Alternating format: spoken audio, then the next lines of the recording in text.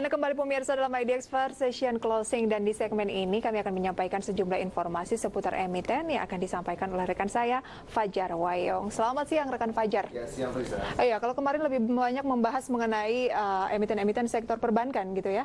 Hari ini konsumsi begitu. Hari ini akan bahas sektor apa? Hari ini ke pertambangan ini. Yang memang sepertinya kinerjanya cukup positif juga meskipun agak sedikit melambat di tahun lalu. Baik, silahkan Fajar, informasi baik, Frisa. selengkapnya. Dan pemirsa IDX Channel kembali bersama saya Fajar Wayong dalam informasi seputar emiten di Bursa Efek Indonesia. Dan hari ini dua emiten dari sektor pertambangan menjadi sajian kami untuk Anda, di mana rilis kinerja sudah dipublikasikan begitu ya di tahun 2019 lalu. Kita coba lihat bagaimana kemudian akhirnya kinerja yang dibukukan di tahun 2019 lalu, meskipun kita tahu tantangannya cukup besar, cukup banyak begitu ya di tahun lalu. Tapi apakah kedua emiten ini berhasil membukukan kinerja positif? Langsung saja kita ke emiten yang pertama, ada PT Bukit Asam Tbk yang membukukan penurunan laba di sepanjang tahun 2019 lalu. Langsung saja kita lihat bersama pendapatan usaha di tahun 2018 dari Bukit Asam, di mana pendapatan mencapai 21,16 triliun rupiah. Dan di tahun 2019 Bukit Asam mampu membukukan pendapatan usaha sebesar 21,78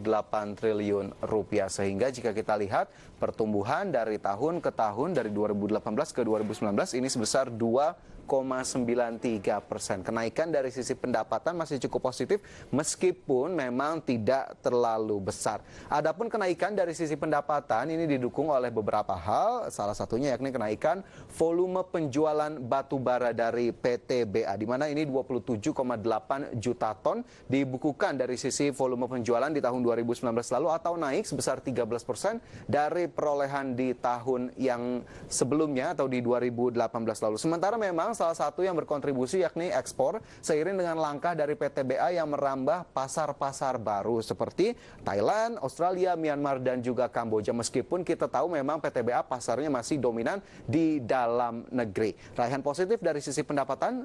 Saatnya kita coba lihat bersama bagaimana kemudian dengan sisi laba dari PT Bukit Asam. Apakah kemudian penurunannya begitu signifikan atau justru masih mampu terjaga? Kita coba lihat bersama. Di tahun 2018, 5,02 triliun rupiah laba yang diperoleh oleh PT Bukit Asam. Sementara jika kita lihat di tahun 2019 laba dari Bukit Asam sebesar 4,05 triliun rupiah.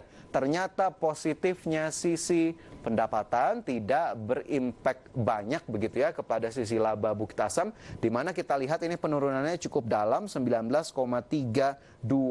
Ini berarti kenaikan volume penjualan masih belum mampu untuk mengangkat laba bersih, dan ini berarti masih banyak beban-beban yang sepertinya masih menjadi PR dari Bukit Asam untuk bisa diperhatikan lebih lanjut agar nanti di 2020 tentunya laba bersih dapat membukukan kinerja yang lebih baik lagi.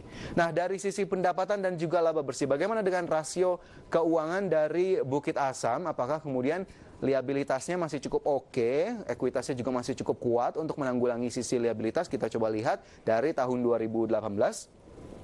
Di mana liabilitas sebesar 7,90 triliun rupiah, sementara ekuitas sebesar 16,26 triliun rupiah. Debt to equity ratio berada di level 0,48 kali. Sementara di satu tahun kemarin, di 2019, liabilitas dari Bukit Asam ini sebesar 7,67 triliun rupiah, sedikit mengalami penurunan, dan ekuitas ini naik cukup signifikan sehingga akhirnya mampu mengimbangi begitu ya dari angka liabilitas yang ada, 18,42 triliun rupiah ekuitas dari Bukit Asam hingga akhir Desember 2019 lalu. Sementara kita lihat debt to equity ratio atau rasio liabilitas terhadap ekuitas berada di level 0,41 kali, masih berada di kisaran 0,4 kali. Meskipun kita lihat ini ada penurunan begitu ya, ini sepertinya masih cukup bagus, menjadi catatan positif dari sisi rasio keuangan, salah satunya liabilitas dan juga ekuitas.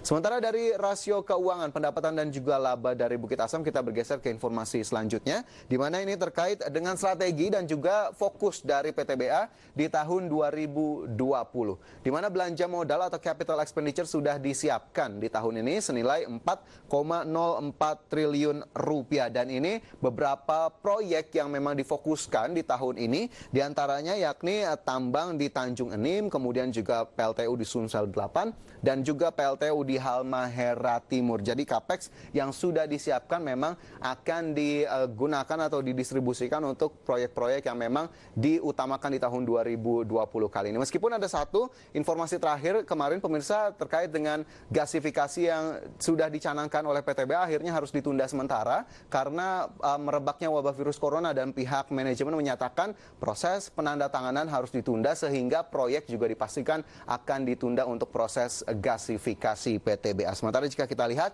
target di tahun ini PTBA sudah menyatakan untuk bisa volume penjualan mencapai 29,9 juta ton atau naik dibandingkan tahun lalu sebesar 8% secara tahunan. Kita harapkan memang strategi target yang sudah diterapkan bisa dicapai di tahun ini.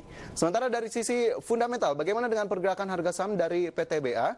Apakah kemudian masih cukup merefleksikan kinerja di tahun 2019 lalu atau justru ini masih lebih positif dibandingkan kinerja yang ada? Kita coba lihat bersama. Di mana pada Oktober 2019 harga saham PTBA berada di level 2.270, bergerak naik ke level 2.600 pada November. Sementara itu sedikit mengalami penurunan pada Desember di tahun lalu ke level 2.520 dan jika kita lihat ini membalikan keadaan dengan naik ke level 2830 pada Januari 2020. Sementara sayang sekali tidak mampu melanjutkan pergerakan di zona yang lebih tinggi, justru harus mengalami penurunan ini ke level 2.310 pada Februari dan juga 2.310 di Maret 2020 sehingga kita lihat ini memang minus 6,48% secara 6 bulan terakhir. Sementara market caps dari PTBA ini berdasarkan data terakhir sebanyak 26,38 triliun rupiah dan juga mungkin Anda sudah memperhatikan salah satu informasi yang kemarin sudah diberitakan begitu ya, bahkan sudah di statement cukup jelas begitu oleh Kementerian BUMN bahwa PTBA ternyata masuk dalam salah satu saham yang akan atau sudah diinstruksikan untuk melakukan buyback saham mengingat kondisi indeks kita yang memang masih butuh sokongan dan juga saham PTBA yang sepertinya juga masih membutuhkan stimulus untuk kemudian bisa meningkatkan kepercayaan pasar dan kita harapkan memang buyback ini bisa untuk mengangkat kembali kinerja harga saham dari PTBA di tahun 2020.